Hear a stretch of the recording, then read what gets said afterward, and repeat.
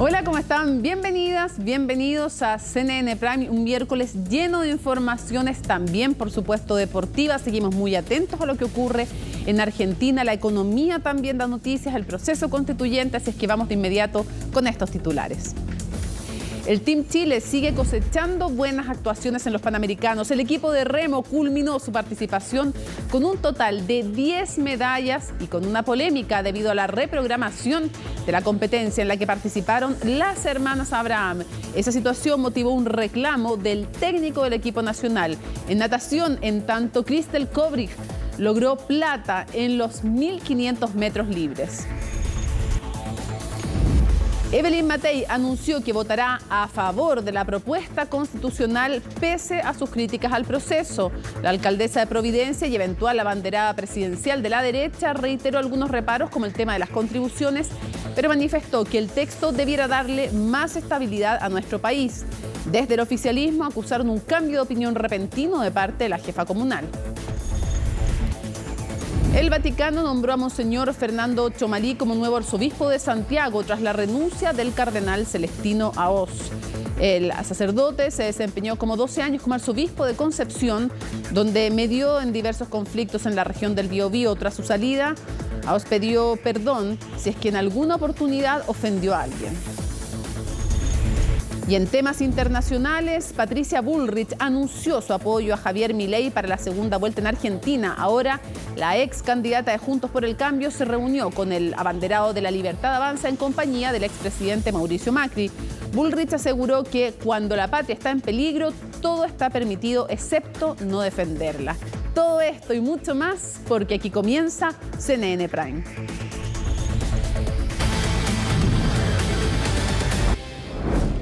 Cuando vamos a otras materias, fíjense que por más de 50 días se ha extendido el paro de profesores en la región de Atacama. Los docentes acusan deficiencias en la infraestructura y una mala gestión desde el Servicio Local de Educación Pública. La paralización afecta a 46 establecimientos y acerca, escuchen bien, de 30.000 alumnos, como nos cuenta Valentina Nieto.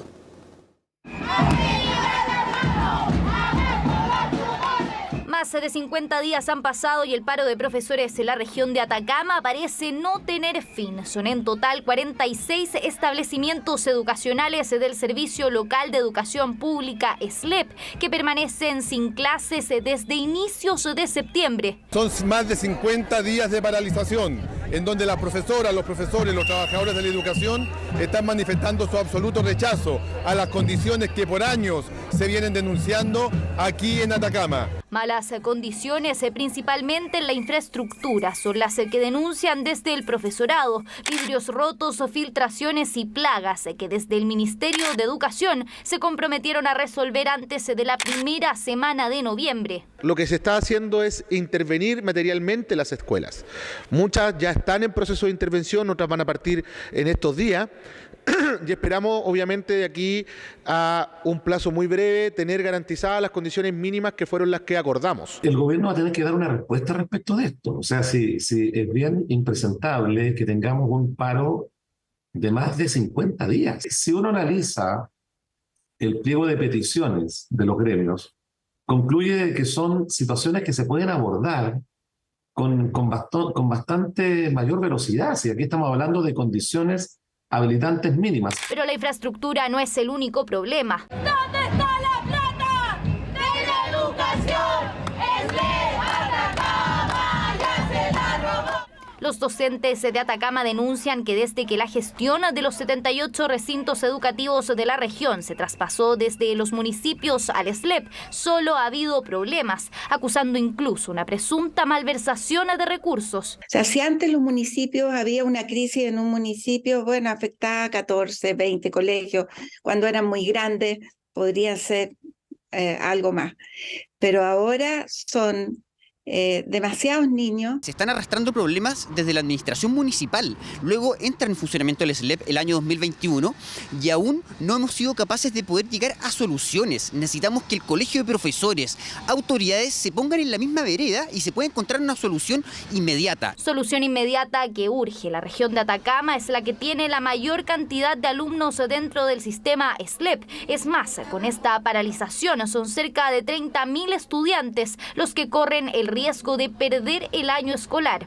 Nos duele lo que está pasando, nos duele el abandono.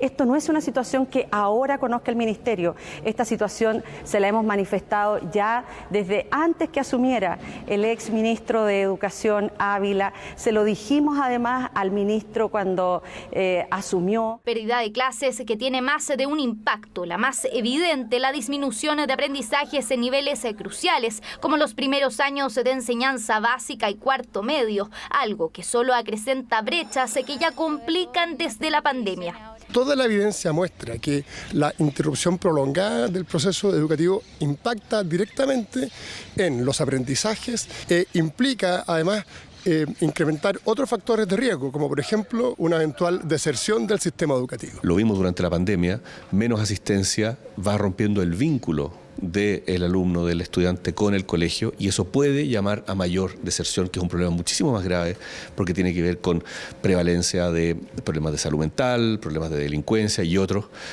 asociados a la deserción escolar. ¿Qué hacer entonces? Los expertos dicen que la prioridad ahora es no perder el año escolar. Poco margen de tiempo tienen las autoridades para resolver el conflicto, y en donde recuperar las clases en enero parece ser una de las alternativas.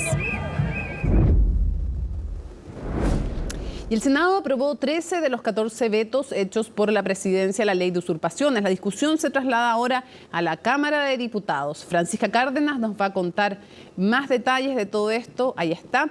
Francisca, cuéntanos la discusión. ¿Qué se vetó? ¿Qué fue lo que no pasó? O sea, ¿qué queda igual? ¿Qué no se acepta el veto? ¿Qué tal, Mónica? ¿Cómo estás? Muy buenas noches y una discusión larga, extensa, que ya lleva varias semanas en el Congreso Nacional con respecto a lo que es la ley de usurpaciones y este veto que finalmente ingresó ya hace varias semanas el gobierno, los distintos ministros, con un trabajo jurídico además para poder modificar el principal contenido que generaba críticas y diferencias con el Ejecutivo de lo que es la ley de usurpaciones, que recordemos fue aprobada ya hace varias semanas. Es así como ayer en la Comisión de Seguridad del Senado se aprobó este veto. Se rechazaron, eso sí, 5, digamos, de las 14 observaciones, y las otras 9 se aprobaron, y hoy se aprobaron casi la mayoría, 13 de las 14, y una solamente se rechazó, que es el veto 4, que es finalmente el que establece y establecía por parte del Parlamento en la ley original poder finalmente eliminar lo que era solamente proponer, digamos, una pena mínima, lo que es la usurpación no violenta. Finalmente se impuso la, digamos, intención del Palacio de la Moneda, bien digo, que era finalmente que quedara lo que salía finalmente se establecía en el veto 5, en la observación 5, que es establecer una multa, o que quede a criterio del juez si esto va a ser multa o va a ser presidio mínimo en su grado mínimo. Así que finalmente esto se despachó, se aprobó, obviamente con las diferencias que causó en la oposición, porque ayer se pretendía recalificar el veto por parte de la oposición durante la mañana, y durante la tarde se informa que van a presentar un proyecto aparte y además que iban a votar de manera normal lo que era esta discusión en la sala, digamos, hoy, y finalmente se aprueba finalmente este veto. Pasa a la Cámara de Diputados y ahí vamos a ver qué va a pasar también, porque van a ver obviamente las diferencias que se mantienen entre el Partido Comunista y también el socialismo democrático. Escuchemos entonces parte de lo que dijeron los ministros de Estado.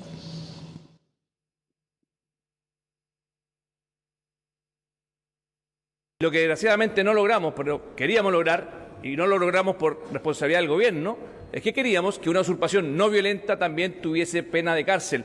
¿Por qué? Porque hoy día robar un celular tiene pena de cárcel. Hoy día el comercio ambulante tiene pena de cárcel. Y no nos parecía razonable que usurpar una parcela, que significa un dolor tremendo para una familia, si finalmente pueda tener pena de multa. Nosotros creemos que el veto, desgraciadamente, fue en contra de la ciudadanía, fue a favor de quienes cometen usurpaciones. Y el nuevo proyecto de ley, obviamente, que va a incorporar todos los elementos que contenía el proyecto de ley original. Nosotros volvemos a considerar ciertamente que temas que dicen relación con la flagrancia o con la legítima defensa privilegiada en caso de una usurpación deben ser consideradas, y en ese contexto por supuesto que vamos a insistir con un proyecto de ley una vez que esté promulgada el veto presidencial.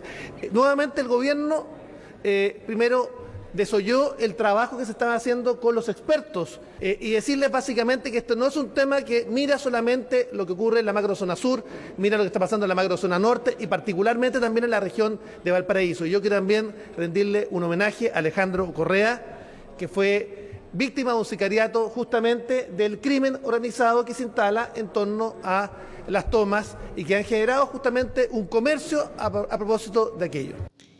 Claro, hay que decir que también este debate y los distintos puntos de lo que es la ley de usurpaciones ha ido cambiando el tema de cómo se han enfocado las críticas, por ejemplo, porque en un comienzo lo que generaba más división tanto para la moneda como también para la oposición era la legítima defensa privilegiada, que ayer en esta discusión que hubo en el Senado, en la Comisión de Seguridad entre los distintos senadores, se rechazó finalmente lo que era la observación 1, que pretendía eliminar la legítima defensa privilegiada, que así lo propone finalmente el veto presidencial. Entonces, ayer finalmente se aprobaron 10 de las observaciones y 4 se rechazaron, y principalmente se rechazaron las que eran supresivas, las que eliminaban, las que pretendían cambiar por completo elementos de la ley de usurpaciones que ya fue aprobada. Pero hoy el panorama cambió. De hecho, el veto 1, que es la observación 1 de este veto presidencial, se aprobó. O sea, se aprobó la idea de eliminar la legítima defensa privilegiada, que era lo que pretendía también la moneda, la autotutela, como lo calificaban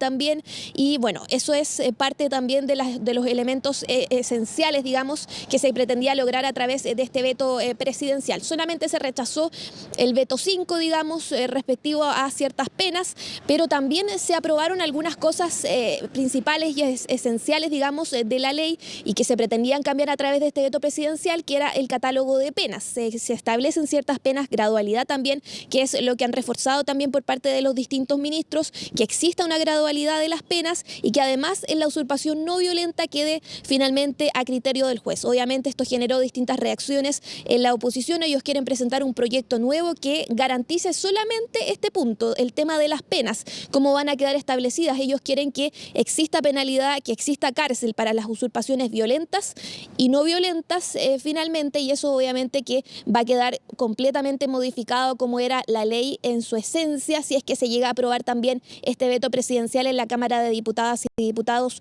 una vez que estemos de vuelta, digamos, de la semana distrital, que va a ser la próxima semana, y ya desde el lunes 6 de noviembre se comienza a discutir de lleno de nuevo lo que es usurpaciones. Escuchemos entonces parte de lo que dijeron los ministros también después de esta votación. Este tema no se trata de un triunfo del gobierno o un triunfo de la oposición. Ese tipo de gallitos no nos sirven para enfrentar problemas complejos como este. Yo creo que este es un avance para tener una buena legislación y una legislación más eficaz, para defender de mejor manera a las víctimas, para que el Estado actúe de forma eficaz y justa. Desde ese punto de vista consideramos que como está saliendo el proyecto, si la tramitación en la Cámara es similar a como fue en el Senado, va a ser mejor. Y los gallitos de triunfo para nosotros o para ellos, creemos que no es una manera de enfrentar estos temas que contribuya. Primó un análisis serio respecto de la propuesta que ha hecho el presidente de la República para que tengamos una buena ley que entregue herramientas adecuadas y oportunas para el restablecimiento del imperio del derecho con celeridad y proteger a las víctimas, pero también con un marco de sanciones conforme a la gravedad de la circunstancia y la forma en que se comete el delito. Y que se haya desechado la posibilidad de la justicia con mano propia o la autotutela, la violencia ejercida por particulares para resolver diferencias o conflictos de carácter jurídico. En ese sentido, creemos que los argumentos esgrimidos por el Gobierno han sido cogidos y eso se expresa en las votaciones. Claro, un triunfo parcial en términos legislativos para la moneda, decían algunos hoy en el Senado, no así para la oposición, que finalmente no pudo imponer y tampoco pudo recalificar este veto y cambiar ciertos elementos también de lo que es el veto presidencial, porque además no iban a tener los votos en el Senado. Así que vamos a quedar atentos, Mónica, a lo que va a ser la discusión de este veto de usurpaciones la próxima semana, ya de vuelta a la semana distrital, que es la próxima semana, en la primera semana de noviembre, donde se va a discutir también en la Comisión de Seguridad de la Cámara Baja. Vamos a seguir muy atentos a este tema que es súper relevante. Gracias, Francisca. Buenas noches. Buenas noches. Seguimos avanzando en las noticias, se lo comentábamos en titulares. La alcaldesa de Providencia, Evelyn Matei, fijó su postura a favor de la propuesta de nueva constitución luego de plantear dudas anteriormente sobre el proceso y asegurar que este iba directo al fracaso. Mientras que Chile Vamos respaldó a su posible carta presidencial, el oficialismo criticó su cambio de postura sobre el texto y de ello nos cuenta en su nota Estefanía Bustamante. No solo se quitó de encima la presión, que en los últimos días fue incesante, también despejó las dudas que había dejado en Chile Vamos sus reparos al borrador constitucional. Con lo que está, ¿cuál es su postura respecto a esto? Todavía no está al final.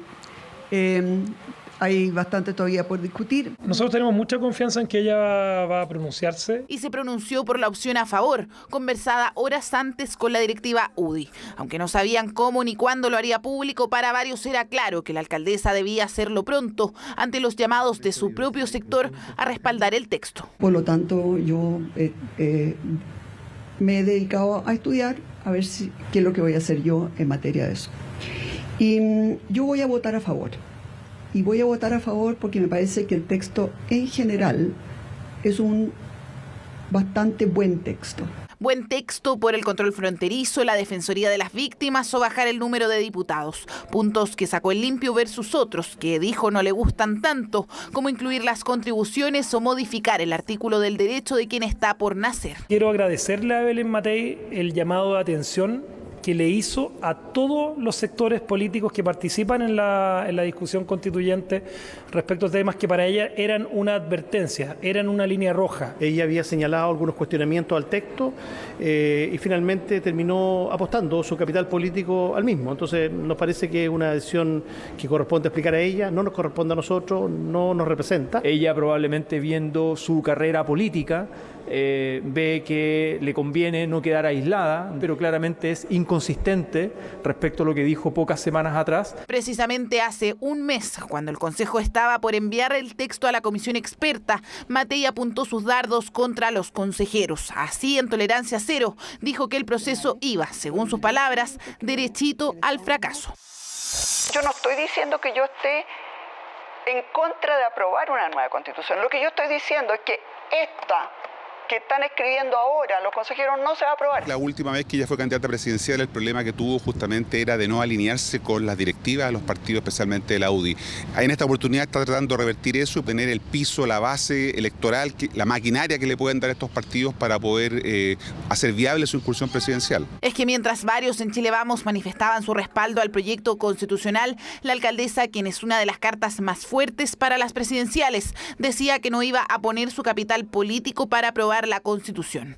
Creo que vemos una señora Evelyn Matei dándose vueltas de carnero, como siempre acusan al presidente Boric. Ella debe asumir un liderazgo en esta materia, pero sin lugar a duda ella, dando el paso hacia adelante, confirma el liderazgo del sector. Más allá de jugarse el capital político, hoy día lo que nos importa es que este proceso termine.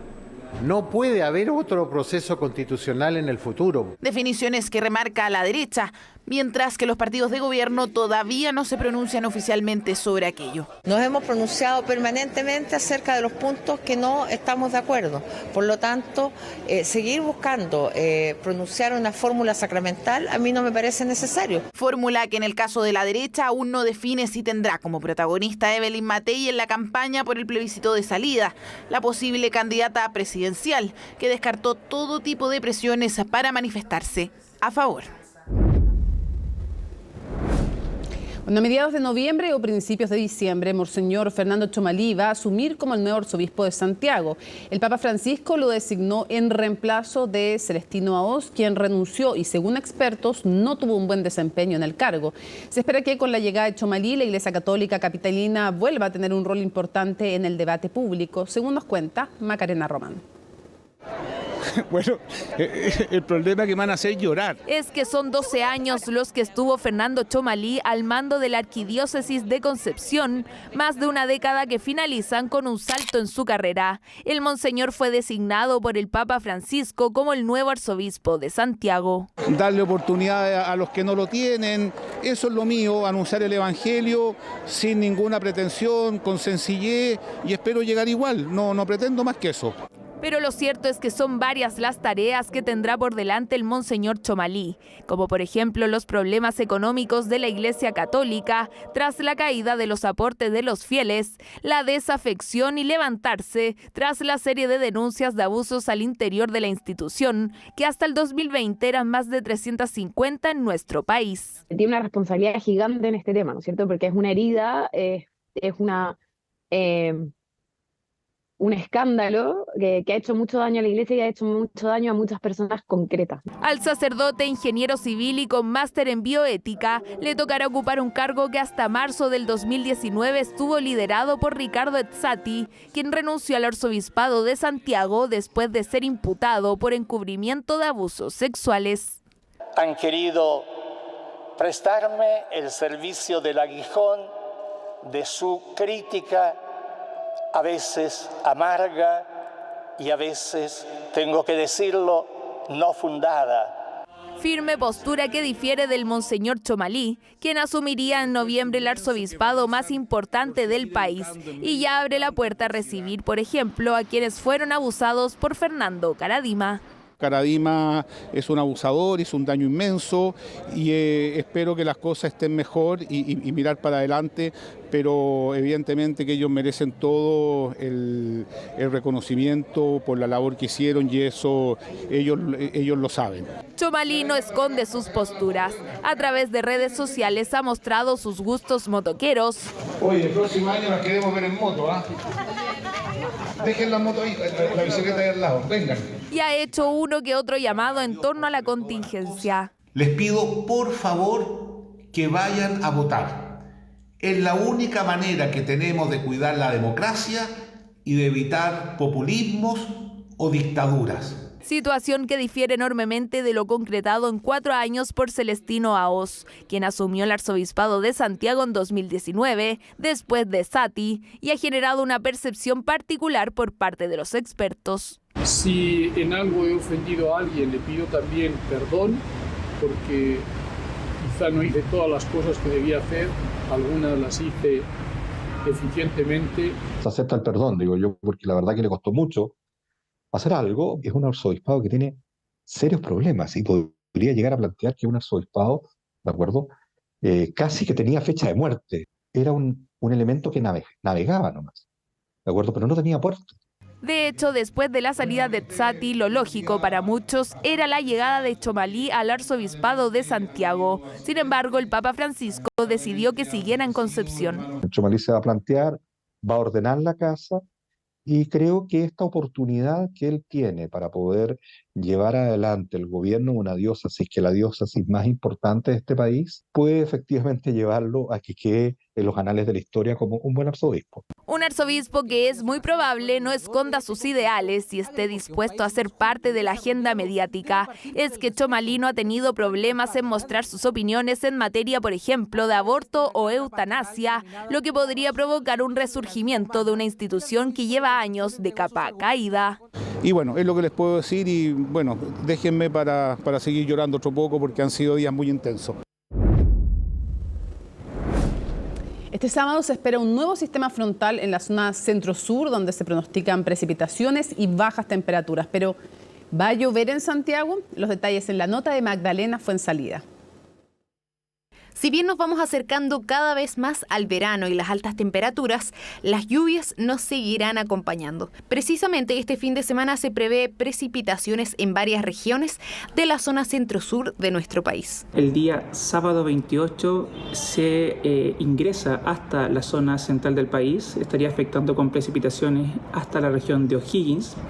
De hecho, hemos levantado un aviso por precipitaciones normales a moderadas en los sectores precordilleranos de las regiones de O'Higgins, del Maule, Ñuble y Biobío, que es donde se va a concentrar la mayor precipitación, principalmente en los sectores de precordillera y cordillera. Lo que no está del todo claro es qué ocurrirá en la región metropolitana. Algunas proyecciones indican que el sistema frontal podría llegar a la capital, pero según especialistas aún es apresurado entregar un pronóstico preciso. Es un frente, un río atmosférico un poquito tardío para la temporada, pero que todavía no se ve si claramente va a llover o no en Santiago. Ya eso es lo primero que hay que decir, porque El rango todavía del pronóstico va entre que no llueve nada a que llueven 40 milímetros en Santiago entre sábado y domingo. El llamado entonces es a no guardar el paraguas. Lo claro es que las temperaturas disminuirán durante estos días, lo que implica también posibilidad de nieve en algunas zonas de la precordillera y aumento en reservas de agua para el verano. Lluvia que además podría implicar que en 2023 dejemos atrás las cifras de déficit hídrico. Son precipitaciones relevantes. Lo que sí es que lo más probable es que este sistema termine por empujar ya a los superávits que por ahora son menores que tenemos de agua y terminemos teniendo, al menos en la zona centro-sur, ya con seguridad un año lluvioso, es decir, un año con precipitaciones sobre valores típicos. Todavía estamos en un año del Niño, aunque la relación entre el Niño y la lluvia en Chile central es más bien durante el invierno. Todavía uno ve que en años del Niño hay un poquito más de lluvia en la primavera que en años normales. Así que todavía podría haber algún otro episodio de lluvia que nos podría estar esperando. Un año marcado por el invierno más lluvioso de la última década, que si bien causó estragos, también incentivó el resurgimiento de algunas cascadas y lagunas desaparecidas, como el emblemático caso de la laguna de Aculeo, que si bien no volvió a sus niveles previos, fue un rayo de esperanza. La duda es si estos niveles podrían mantenerse frente al arribo de las olas de calor en verano. Probablemente dentro de un par de meses ya vamos a ver estos cuerpos de agua secos otra vez, o con muy poca agua, porque el verano se estima que va a ser muy caluroso, la evaporación va a ser alta, por lo tanto gran parte de estos cuerpos van a empezar a reducirse. Pero si no se repiten eventos similares, al poco tiempo vamos a estar muy parecidos a como fue antes de que tuviésemos esta lluvia. Aún así, el fenómeno del Niño podría propiciar que las lluvias se extiendan en el verano, como en el caso de enero de 2021, que registró precipitaciones anormales en esa época del año. Ya, estamos listos para revisar las informaciones internacionales junto a Jacinta Molina. ¿Cómo estás, Mónica? Bien. Buenas noches. Aterrizándose. Me imagino. Y de hecho, vamos a hablar de un tema del cual tú has comentado muchísimo en los últimos días, Argentina, porque la teleserie sigue. Oye, pero los coletazos electorales, sí. El capítulo de mayor clímax se vivió sin duda el día de hoy en Juntos por el Cambio, este bloque opositor que quedó fuera del balotaje y que tenía ahí que definir qué hacía de cara a la segunda vuelta, y por lo menos su ya ex candidata, presidenta del PRO, Patricia Bullrich, ha anunciado públicamente el día de hoy que va a respaldar a Javier Milei. Ha llamado muchísimo la atención esto por el tono, tú lo mencionabas, los calificativos, las críticas, las acusaciones que hacía Javier Milei, que en algún momento hasta la llamó de montonera asesina, y ahora había puesto bombas en jardines infantiles. Exactamente. Hoy día se decía y dijo, bueno, yo ya expliqué que en verdad fue una mala frase, es un caso que aparece en un libro y es un niño que muere en un jardín de una casa a raíz de una bomba de un grupo asociado, o sea, ya como desdiciéndose y desdibujando. Exacto. Pero también bien fuerte él diciendo, pero además a mí me hicieron no sé cuántas operaciones políticas, así que si yo me tuve que quejar por lo que me dijeron. Sí, él dice que él fue el candidato más criticado, el que más... Yo no sé si es posible, a ver, que manos rápidas, Nicolás Callejas, a ver si es posible revisar, se me acaba de ocurrir el Twitter de Javier Milei, porque la imagen...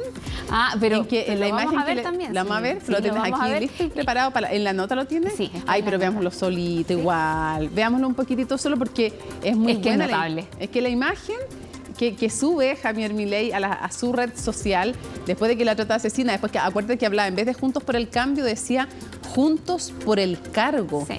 Y otras cosas más. Ahora, es una fotografía que igual toma, una imagen que toma tiempo igual realizar. Sí. O sea, 5 minutos es difícil de que eso se haya realizado, ese dibujo que vamos a ver. Y además, lo otro complicado es que dentro de Juntos por el Cambio, en donde estaba el sector del PRO, que es el de Mauricio Macri y el de Patricia Bullrich, por un lado, y por otro lado está la Unión Cívica Radical, que están más bien por abstenerse, no apoyar a nadie, y algunos que han dicho derechamente yo no apoyo a Milei, y como decía el periodista Carlos, ahí está. Mira, el león es Javier Milei, por si acaso, la melena desordenada es lo que ha tomado como imagen de la bandera de la libertad avanza, y a ella le dicen pato, entonces es el leoncito.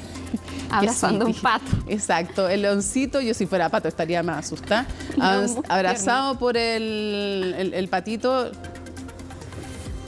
Sí, dicen algunos que la tiene un poco apretada. Sí, no, sí está amoroso ese león, pero hasta que no esté. Se ve como tierno ese Tiernísimo, tiernísimo. Y abrazando, y oye, y la bandera argentina la tiene. En todas partes.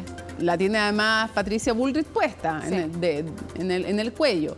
La Pato le dicen a ella, de hecho. Bueno, ahí está. Entonces, ahora, es un dibujo que yo te decía, toma tiempo igual hacer. Sí, a mí bueno, es que ya venían las conversaciones, porque mira, dicen que lo primero que le habría pedido Mauricio Macri, el expresidente, que coqueteó bastante con Javier Milei, lo decíamos, y hay cuentas internas ahí de las cuales nos vamos a enterar, pero la primera como cosa que se supone que le dijo es que por favor que se abstuviera de cualquier crítica en el discurso la noche en que ya no pasa la segunda vuelta a Javier Milei.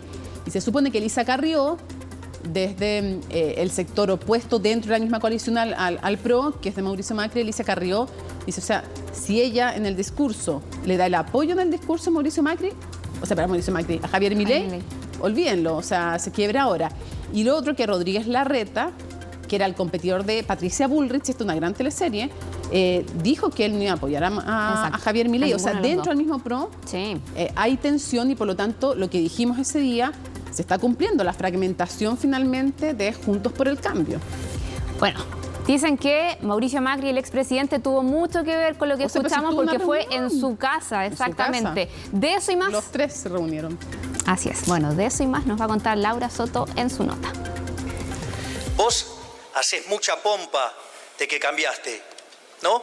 Porque ¿acaso seguís siendo montonera, tirabombas? La candidata a presidenta de Juntos por el Cambio va a denunciar a Javier Milei penalmente porque dijo que ponía bombas en jardines de infantes durante la década del 70. Lo bueno, ¿sabe qué es lo bueno de todo esto? Que va a tener que explicar qué hizo en los 70. Y era básicamente una terrorista tirabomba. La enemistad entre Javier Milei y Patricia Bullrich no era desconocida para nadie durante la campaña electoral previa a la primera vuelta del domingo pasado. El candidato ultraderechista no perdía oportunidad de criticar a la exministra de Mauricio Macri, quien incluso terminó respondiendo con una denuncia por injurias.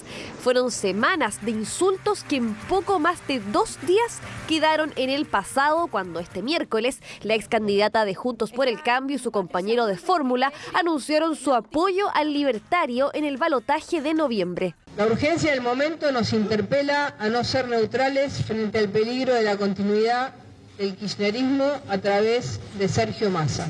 Con Javier Milei tenemos diferencias, nos perdonamos mutuamente. Me parece que hoy la patria necesita que seamos capaces de perdonarnos. Y lo más importante, lo más trascendente para mantener la unidad de Juntos por el Cambio es dar libertad de acción. Por eso hoy nos pronunciamos en favor de la candidatura de Javier Milei, independientemente de que lo hacemos a título personal y como fórmula.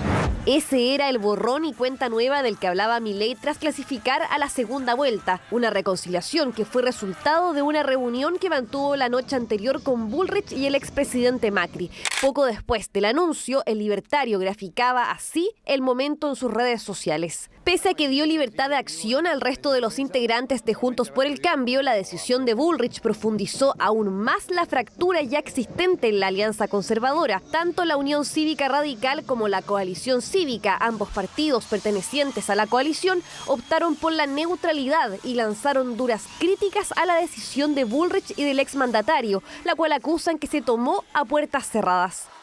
La UCR no apoyará a ninguno de los dos candidatos. Creo que tanto Mauricio Macri como Patricia son grandes responsables de poner en riesgo a Juntos por el Cambio. Esta actitud de Patricia es intolerable. Obviamente creo que están afuera de la coalición, supongo, no lo sé. Para mí es previsible. Siempre Macri jugó para Milei y para la destrucción de Juntos por el Cambio. Su lado oscuro le ganó. En consecuencia, el que rompe es él. Pero digo, la pobre Patricia va a cometer un error histórico. La grieta también se abrió en el PRO, la formación que preside la ex candidata y que lidera Macri. Hay sectores del partido que tampoco apoyarán al ultraderechista. El jefe de gobierno de la ciudad de Buenos Aires y ex precandidato presidencial, Horacio Rodríguez Larreta, se alineó a los radicales y a la coalición cívica, optando también por la presidencia. Las dos opciones que tenemos para el balotaje son muy malas para todos los argentinos. Siempre voy a estar en contra del kirchnerismo. Ha sido un gran desastre para Argentina. Ahora, del otro lado, Milei es un nuevo populismo, es un salto al vacío. Sí, las tensiones existen, son obvias. Lo más importante, lo que yo voto, es por sostener la unidad mayor posible. La fractura también llegó hasta las filas de La Libertad Avanza. Una diputada provincial electa fue la primera en decidir romper con el bloque tras el acuerdo alcanzado por Milei. Hasta el domingo era, no queremos ser los mismos de siempre, y hoy estamos negociando con quienes arremetimos con todo en toda la campaña. Es todo lo que la gente no quiere. Los votos de Javier van a estar muy divididos ahora con esto. Y mientras esta crisis se desarrollaba, Sergio Massa buscaba montar una imagen de unidad, participando de una reunión con el gobernador de la provincia de Buenos Aires y los intendentes electos de Unión por la Patria. Según reportan medios locales, el candidato oficialista pidió ir en busca del voto de los radicales, un primer signo de cómo podría aprovechar este quiebre en la oposición. Oye, te voy a decir una cosa más de complicación, digo, para agregarle más pelos a la sopa. Luis Petri, el ex compañero de fórmula de Patricia Bullrich, es del Partido Radical. Sí. O sea, él queda en una situación súper imposible y ahí se muestra... Lo cuestionaron incluso en la conferencia. Sí, pues lo cuestionaron. Yo pensé que tenía menos poder y menos ascendiente iba a tener Mauricio Macri, la verdad. Le reconozco a Nicolás Paut su acierto. Lo reconozco. Consultaba, exacto. Sí, lo reconozco hidalgamente, pero la verdad es que igual se siguen pasando cuenta. Esto es ahora en la presidencial, pero yo no haría por zanjado el liderazgo al interior de... No sé si va a ser tan buena la movida o no. Porque se adelanta también muchísimo. Han pasado solamente 2 días, no hubo como más días de reflexión, sino que inmediatamente... Sus votantes, ¿qué van a pensar los votantes de Patricia Bullrich después de lo que le escuchaban decir de Javier Milei? ¿Qué van a pensar los mismos? ¿Cómo pactar con la casta sin ser casta? Exacto. Pero ahora, es ahí donde tienen que buscar los votos ahora. Sí. Está súper abierta la carrera. Sí. No está cerrada. Quien crea que lo tiene listo, Sergio Massa... Está equivocado. No conoce la capacidad que tienen de movilización que han logrado los de La Libertad Avanza. Vamos a estar muy pendientes de esto, siguiendo las próximas semanas de cara de cara a esta vez sí vamos. Esta vez sí que vamos. Spoiler alert. Sí. Vamos a estar pendientes para ese balotaje del 19 de noviembre. Vamos a cambiar de tema. Muy pendientes también estamos de lo que ocurre en Medio Oriente, la guerra entre Israel y Hamás, e incluso también las tensiones que están escalando a nivel diplomático entre Naciones Unidas e Israel. Todo esto con algo que ya comentábamos el día de ayer, los dichos del secretario general de este organismo en medio de una reunión del Consejo de Seguridad, donde dice Antonio Guterres que el ataque de Hamás no surge de la nada. Se refiere también a la política de ocupación de territorio palestino por parte de Israel. Habla que lleva más de 50 años y es lo que menciona en este discurso, que genera la molestia de Israel. De hecho, el embajador ante Naciones Unidas y también el canciller de Israel piden la renuncia de Antonio Guterres del cargo. El día de hoy él decía que sus dichos fueron mal interpretados, incluso se manifestaba conmocionado por las reacciones que han generado sus palabras, pero hay otro antecedente. También Israel ha anunciado que va a vetar los visados de los funcionarios de Naciones Unidas en medio de una situación de emergencia, donde también gran parte del desplazamiento que se hace en esa zona hacia Gaza, hacia Cisjordania, también tiene que pasar por Israel. Está complicado el tema, sigue siendo tremendo lo que está ocurriendo en Gaza y claro, es una emergencia humanitaria de grandes dimensiones. Y ha ido escalando, son más de 5.000 muertos ya. De hecho, ayer se vivió una de las jornadas más mortíferas producto de los bombardeos, pero tenemos parte de esas declaraciones del secretario general de Naciones Unidas en medio de todas estas tensiones. I am shocked. Estoy sorprendido por las tergiversaciones de algunos, por mis declaraciones en el Consejo de Seguridad, como si yo estuviera justificando los actos de terrorismo de Hamás. Esto es falso, es lo contrario. Al comienzo de mi declaración de ayer dije claramente, y cito, que condeno inequívocamente el horrible y sin precedente ataque del 7 de octubre que perpetró Hamás en Israel. Fin de la cita. Creo que es necesario dejar las cosas en claro, sobre todo por respecto a las víctimas y sus familias. Son tensiones que se habían visto en algunas oportunidades, también entre Israel y Naciones Unidas, pero por cierto se han acrecentado en vista de esta emergencia. Eso sí, países como Portugal y Alemania han respaldado al secretario general durante esta oportunidad en medio de toda esta situación. Vámonos a Estados Unidos. Nos vamos a Estados Unidos. Una teleserie también que se acabó de momento en la Cámara de Representantes. Costó harto. 4 votaciones entre los republicanos, que tienen la mayoría en la Cámara de Representantes, sabemos, por muy leve margen frente a los demócratas. Finalmente se ha elegido al nuevo presidente de la Cámara de Representantes. Y que tiene una importancia muy grande. O sea, Mike Johnson. Probablemente es distinto a lo que vemos acá, que yo no estoy diciendo que no sea importante, pero tiene mucha influencia sobre los procesos políticos, sobre trancar iniciativas, sobre agilizarlas, en fin, de las comisiones que se arman. Es el tercer cargo también, de mayor rango después del presidente y la vicepresidenta. Así es. Bueno, a tal punto, lo que tú comentabas, que en medio de esa elección, cuando todavía no se definía quién podía liderar la Cámara de Representantes, estaba paralizada la actividad legislativa. Los proyectos no se podían revisar, ni mucho menos votar.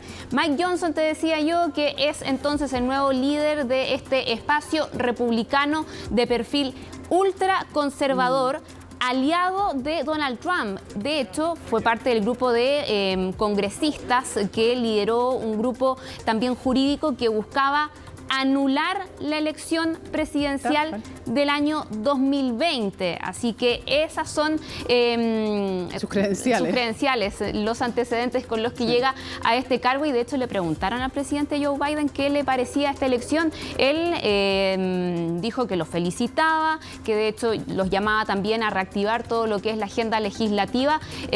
Dijo que no iba a ser un problema este antecedente, pero vamos a ver, porque de hecho toda esta situación se genera por la presión del ala más radical del Partido Republicano. Es eso lo que genera, por ejemplo, la salida de Kevin McCarthy a través de una moción de censura que se aprueba con los votos republicanos y del ala más radical del Partido Republicano, y son esos mismos votos que le permiten entonces al nuevo presidente de la Cámara de Representantes llegar a ese cargo. ¿Con qué Nos vamos muy cerquita, a México, que ha visto horas de preocupación, de emergencia también por la llegada de un huracán que fue, eso sí, bajando de intensidad. Actualmente está en tormenta tropical, pero en horas de la mañana generaba muchísima alerta. Otis, ¿por qué? Porque dicen los expertos que en tiempo muy rápido e inesperado alcanzó categoría 5, con fuertes vientos, también inundaciones, marejadas incluso. Todo esto en la zona sur de México, cerca de Acapulco. Las autoridades habían ordenado la evacuación, también habían pedido a las personas que se mantuvieran resguardadas y habían suspendido las clases para todos los niveles el día de hoy. Ahora, este fenómeno ha ido perdiendo intensidad, está actualmente, les decía yo, en tormenta tropical, y de momento no se reportan en México víctimas fatales producto de esta situación. Ya pues, Jacinta, volvemos a Chile para despedirnos y para enviar a la pausa, y ya volvemos con más. Pausa y regresamos.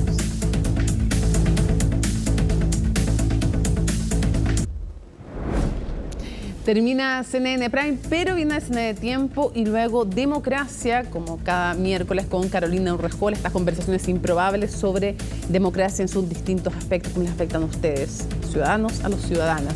Y luego viene un capítulo especial, por supuesto, como cada miércoles también, de Conexión Global Prime. Vamos a estar hablando de Argentina, hay muchas novedades y vamos a hablar con políticos de ese país, también con analistas sobre qué se espera. ¿Cómo viene esta segunda vuelta? ¿Está abierta o no? ¿Está decidida la suerte a favor de Massa? Parece que no tanto. ¿Qué pasa con Javier Milei? Bueno, hoy día hubo importantes noticias, así es que ahí les vamos a explicar y analizar. Miércoles 25 de octubre. Así estuvo nuestro país y el mundo. Somos CNN Chile. Buenas noches.